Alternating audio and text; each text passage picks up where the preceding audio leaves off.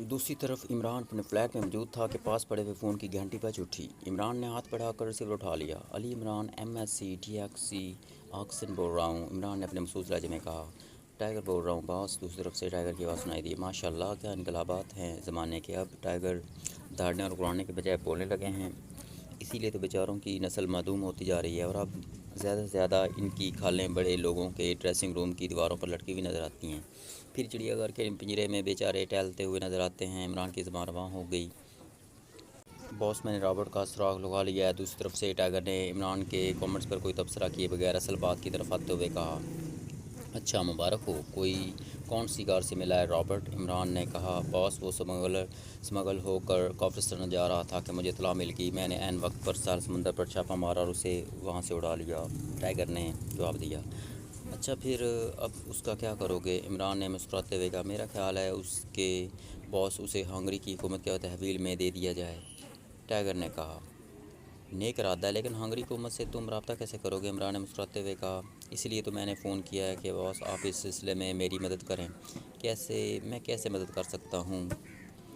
دوسری طرف سے ٹائیگر نے کہا۔ میرا مطلب تھا کہ باس، آپ ہنگری کی سرکاری ایجنسی کے چیف سے بات کریں اور اسے بتائیں، ٹائیگر نے کہا۔ کیا ضرورت ہے تمہیں اس درسری کی؟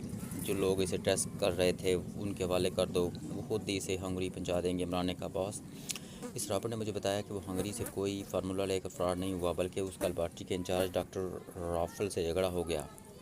یہ جھگڑا ایک عورت کی وجہ سے ہوا تھا، اور ڈاکٹر راف نے نجان حکومت کو کیا رپورٹ کی کہ رابرٹ کو کورٹ مارشل کا حکم دے دیا گیا، چونکہ اسے یقین تھا کہ اسے لازماً گولی مار دی جائے گی، اس لیے وہ وہاں سے فرار ہو گیا اور مختلف ممالک میں چھپنے کے بعد وہ پاکیزیا آ گیا۔ یہاں ایک سائنسدان ہے ڈاکٹر یوسف، وہ اس کا کلاس فیلو بھی رہا ہے، اس سے اس کی اچانک ایک ہوٹل میں ملاقات ہوگی تو ڈاکٹر یوسف نے اسے اپنے پاس رہنے کی آفر کی۔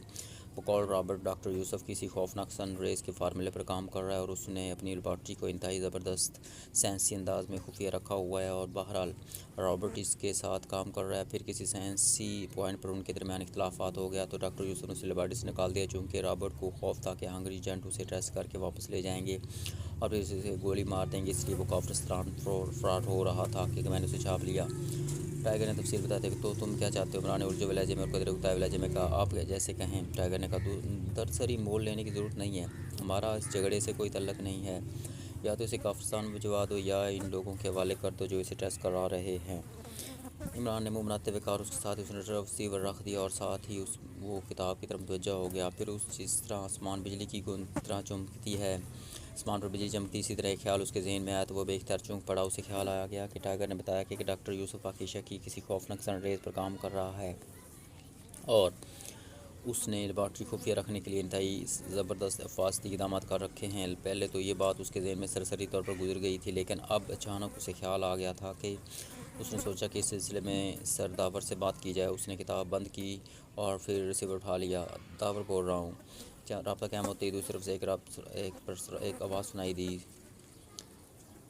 علی عمران بول رہا ہوں، MSc آکسن، عمران نے مخصوص لہجے میں کہا۔ کمال ہے، اب اس قدر انقلاب آ گیا کہ مسمی اور مکنے بولنے لگ گئے ہیں، اور نہ صرف بولنے لگ گئے ہیں بلکہ انہوں نے بڑی بڑی سائنسی ڈگریاں بھی حاصل کر لیں۔ دوسری طرف سے بیک ساختہ کہا گیا تو عمران بے اختیار کھلا کر ہنس پڑا، اور سرداور نے واقعی اس کی منقع مسمی کی الفاظ پر بڑی خوبصورت بات کی تھی۔ ارے فون کال کسی مسمی نچوڑ سے تو نہیں جا سکتی، عمران نے کہا۔ مسمی نچوڑ وہ کیا ہوتا ہے؟ دوسری طرف سے سرداور نے ہنستے ہوئے کہا۔ لیمو نچوڑنے کے بارے میں تو آپ نے سنا ہوگا۔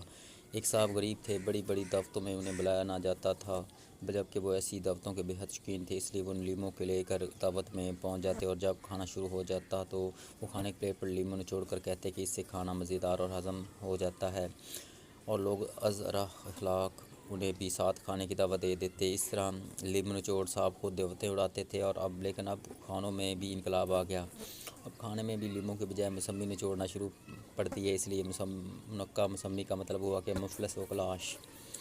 عمران نے اپنے طرف سے موازنہ کر کے منقع مسمی کو نئے معنی دیتے ہوئے کہا، اور سرداور بے اختیار ہنس پڑا۔ جو آدمی اتنی طویل فون کال کرے وہ کیسے مفلس و کلاس ہو سکتا ہے؟ سرداور نے ہنستے ہوئے کہا تو عمران بے اختیار ہنس پڑا۔ چلو شکر ہے، آپ نے مجھے آدمی تو تسلیم کر لیا، انشاءاللہ آہستہ آہستہ انسان بھی تسلیم کر لیں گے، عمران نے جواب دیا۔ تو اس بار سرداور بھی بے اختیار ہنس پڑے۔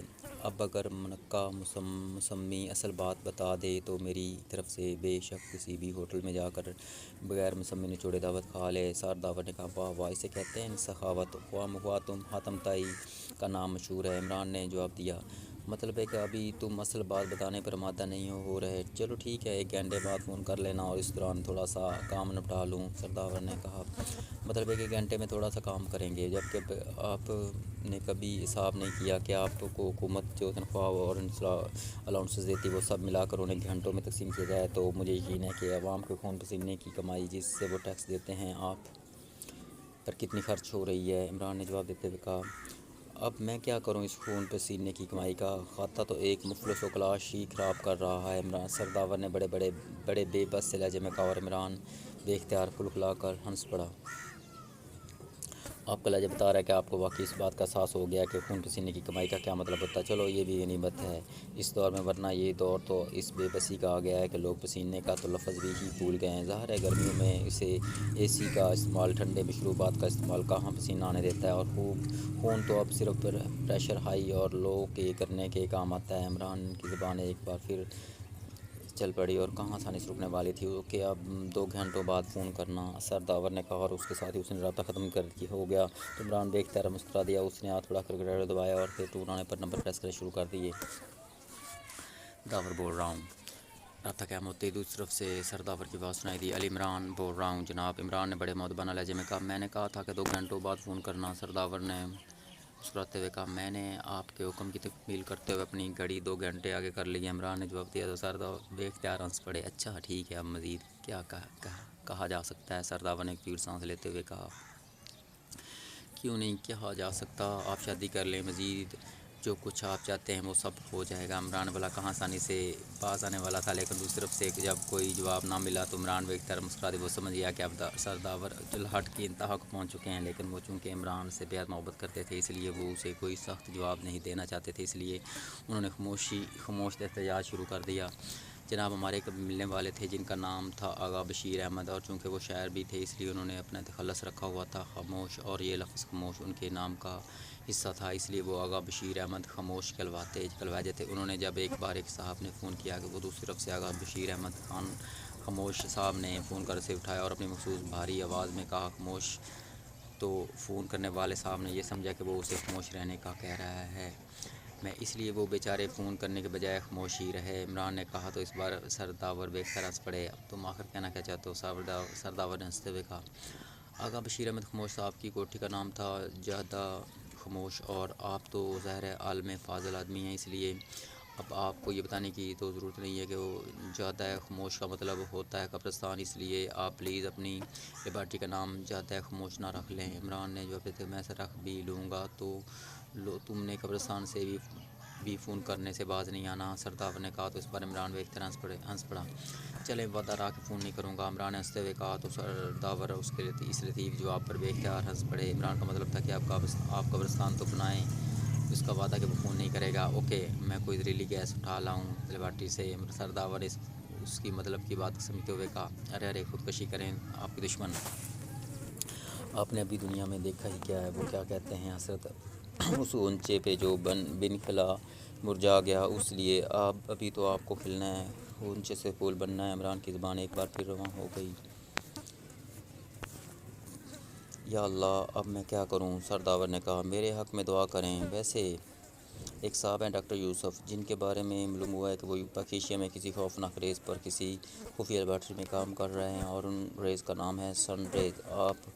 اب آپ خود سوچیں، یہ تو وہی معاملہ ہوا آنکھوں کے اندھے نام سکھ ریز کا نام سن ریز، اور کام ہو رہا ہے کسی زیر زمین خفیہ لیبارٹری میں جہاں ظاہر ہے ہر وقت اندھیرا رہتا ہوگا۔ عمران نے کہا ڈاکٹر یوسف سن ریز خفیہ لیبارٹری، ہو 1 منٹ مجھے یاد آ گیا، ڈاکٹر یوسف اور سن ریز کے بارے میں مجھے کچھ نہ کچھ معلوم ہے۔ سرداور نے چونک کر کہا اور پھر لائن پر خاموشی طاری ہو گئی۔ اوہ ہاں مجھے یاد آ گیا عمران، تم نے ڈاکٹر یوسف کے بارے میں کیوں پوچھا ہے، کیا کوئی خاص بات ہے؟ تھوڑی دیر بعد سرداور نے پوچھا ایک سائنسدان ہے رابرٹ نام ہے اور اس کا تعلق ہنگری سے ہے۔ عمران نے تفصیل بتاتے ہوئے کہا اور پھر اس نے رابرٹ کے ذریعے ڈاکٹر یوسف کے بارے میں معلومات ہونے کی تفصیل بتا دی۔ تم پوچھنا کیا چاہتے ہو؟ سرداور نے پوچھا۔ میں اس سن ریز اور خفیہ لیبارٹری کی وجہ سے چونکا تھا، اس لیے میں نے سوچا کہ آپ سے معلوم کر لوں۔ عمران نے کہا تو مجھے 1 گھنٹے بعد فون کرو، میں اس سلسلے میں تفصیل بتاتا ہوں کہ اللہ حافظ، عمران نے کہا اور اس ریسیور رکھ کر اس نے ایک بار پھر کتاب اٹھا لی۔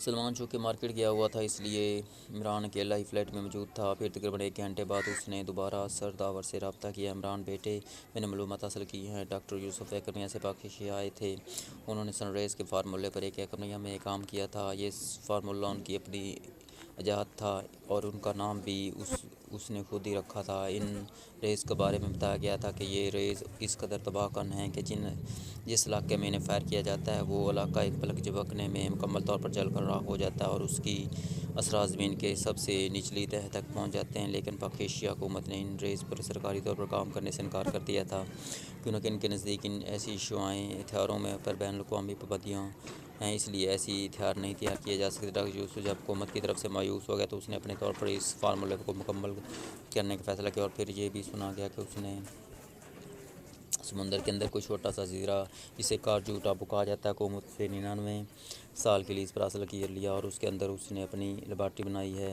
کیونکہ اس کا کہنا تھا کہ ان ریز پر کام کرنے کی وجہ سے وہاں اس قدر حدت پیدا ہو جاتی ہے کہ چاروں طرف سمندر کی موجودگی ضروری ہے۔ بہرحال چونکہ حکومت نے اس میں دلچسپی نہ لی تھی، اس لیے کسی نے اس کی پرواہ نہ کی تھی، اور ورنہ اور اب تک جہاں حکومت کے پاس اس کی کوئی رپورٹ موجود نہیں۔ سرداور نے تفصیل سے بتاتے ہوئے کہا یہ تو واقعی انتہائی خطرناک فارمولہ ہے، لیکن اگر ڈاکٹر یوسف نے اسے تیار کر لیا تو وہ اسے سپر پاورز کے پاس فروخت کر دے گا۔ سپر پاورز تو بین الاقوامی پابندیوں کی پرواہ نہیں کرتے۔ عمران نے کہا ہاں، لیکن ہم اس معاملے میں کیا کر سکتے ہیں؟ سپر پاورز کے پاس شاید ان سے بھی زیادہ خطرناک اشتہار ہوں گے۔ سرداور نے جواب دیتے ہوئے کہا ٹھیک ہے، اب میں خود دیکھ لوں گا کہ کیا سلسلہ ہے، آپ کا شکریہ، عمران نے کہا، اور اس کے ساتھ ہی اس نے کریڈل دبا دیا اور پھر ٹون آنے پر اس نے تیزی سے نمبر پریس کرنے شروع کر دیے۔ X2 رابطہ قائم ہوتے ایک مخصوص آواز سنائی دی، علی عمران بول رہا ہوں طاہر۔ عمران نے کہا او عمران صاحب، آپ نے تو دانش منزل کا رخ کرنا ہی چھوڑ دیا ہے۔ دوسری طرف سے بلیک زیرو نے اپنی اصل وجہ میں بات کرتے ہوئے کہا دانش میں کوئی کمی آئے گی تو دانش منزل کا رخ بھی کیا جائے گا۔ میں ہفتے میں اتنی جوتیاں کھا چکا ہوں کہ ابھی تک دانش سے پر ہوں۔ عمران نے جواب دیتے ہوئے کہا جوتیاں کھائی ہیں؟ کیا مطلب؟ کیا آپ اماں بی کے پاس پہنچ گئے تھے؟ بلیک زیرو نے ہنستے ہوئے کہا اماں بی تو مجھ تک پہنچ گئی تھیں، سلمان گیا تھا اماں بی کو سلام کرنے۔ وہاں اماں بی نے اس سے پوچھا کہ میں کیا کرتا رہتا ہوں، تو سلمان کو موقع مل گیا، اس نے کہا کہ مسلسل چائے پیتا رہتا ہے، بس پھر کیا، کچھ نہ پوچھو۔ اماں بی کا جاہ و جلال اتنا اوپر چڑھ گیا کہ وہ وہیں کوٹھی سے ہی جوتی اتار کر فلیٹ پر پہنچی اور بس دانش سے میری کھوپڑی بھرنا شروع ہو گئی۔ عمران نے تفصیل سے جواب دیتے ہوئے کہا اور بلیک زیرو بے اختیار ہنس پڑا۔ اور سلمان کے دماغ میں بعد میں آپ نے کتنی دانش بھری ہوئی ہوگی یہ بھی بتا دیں؟ بلیک زیرو نے کہا میری جرات ہے اماں بی کے لاڈلے کے دماغ کی اسکریننگ کروں، اس لیے چائے کا گھونٹ پی کر رہ گیا، کیونکہ اماں بی کے جانے کے بعد سلمان نے بڑے خلوص سے چائے کا ایک کپ لا کر پیش کر دیا۔ عمران نے کہا تو بلیک زیرو ایک بار پھر ہنس پڑا۔ مطلب ہے کہ سلمان کے خیال کے مطابق ابھی آپ میں دانش کی کمی ہے، اس لیے اس نے پھر چائے کی پیش کر دی، بلیک زیرو نے ہنستے ہوئے کہا، اور اس کے اس خوبصورت جواب پر عمران بے اختیار ہنس پڑا۔ بہرحال ابھی چونکہ میرے اندر دانش موجود ہے، اس لیے فون پر ہی رابطہ صحیح۔ یہاں ساحل سمندر کے قریب ایک ٹاپو ہے جس کا نام کارجو ٹاپو ہے۔ یہ جزیرہ ایک سائنسدان ڈاکٹر یوسف نے حکومت سے 99 سال کی لیز پر لیا ہوا ہے۔ اس کے اندر ڈاکٹر یوسف نے کوئی خفیہ لیبارٹری قائم کر رکھی۔ تم جولیا سے کہہ کر کیپٹن شکیل اور سفتر کی لکھا دو کہ اس جزیرے کے بارے میں اور وہاں موجود لیبارٹری کے بارے میں تفصیل رپورٹ مجھے بتا دیں۔ عمران نے کہا کیا کوئی خاص شے شروع ہو گیا ہے؟ بلیک زیرو نے اس بار سنجیدہ لہجے میں کہا نہیں، فی الحال تو کوئی کیس نہیں ہے، لیکن جو حالت جا رہی ہے اس کو شاید کوئی کیس بن ہی جائے، اور مجھے یقین ہے طویل عرصے کے بعد ایک بڑے چیک کی شکل نظر آ رہی ہے۔ عمران نے کہا بڑا چیک یہ کہ آپ کیسے کہہ سکتے ہیں؟ بلیک زیرو نے ہنستے ہوئے کہا ظاہر ہے اتنا بڑا مشن ہے کہ ایک ٹاپو میں خفیہ لیبارٹری ہے اور تم خود سوچو کہ اس لیبارٹری کو ٹیسٹ کرنے پر تم مجبور ہو جاؤ گے مجھے بڑا چیک دینے پر۔ عمران نے کہا واقعی اتنا بڑا چیک کہ آپ خود ہی اس پر رقم بھی بھر لیں گے اور دستخط بھی کر دیں گے؟ بلیک زیرو نے کہا ارے میں نے بڑا چیک کہا ہے، بلینک چیک نہیں کہا۔ چلو تم سائز میں بے شک چھوٹا چیک دے دینا، کیونکہ آج کل بینک بھی کم سے کم کاغذ استعمال کرنے کے چکر میں پڑے چھوٹے سائز کے چیک شائع کر رہنے لگ گئے ہیں، لیکن رقم ذرا بڑی ڈال دینا، عمران نے کہا۔ تو دوسری طرف سے بلیک زیرو بے اختیار ہنس پڑا، اور تو عمران نے اللہ حافظ کہہ کر ریسیور رکھ دیا۔ دوسری طرف لمبے قد اور جسمانی لحاظ سے خاصا دبلا پتلا آدمی کسی کرسی پر راڈز میں جگڑا بیٹھا ہوا تھا۔ یہ رابرٹ تھا، جبکہ اس کے سامنے کرسی پر ٹائیگر موجود تھا۔ رابرٹ کی گردن ڈھلکی ہوئی تھی۔ یہ کوٹھی دارالحکومت کے مضافاتی علاقے میں واقع تھی۔ چونکہ یہ کالونی ابھی زیر تعمیر تھی، اس لیے یہاں تعمیر شدہ کوٹھیوں کی تعداد خاصی کم تھی اور کوٹھیوں کے درمیان خاصے پلاٹ ابھی خالی تھے۔ اس لیے کسی سے پوچھ گچھ کرنے کے لیے ٹائیگر نے یہ کوٹھی حاصل کی ہوئی تھی۔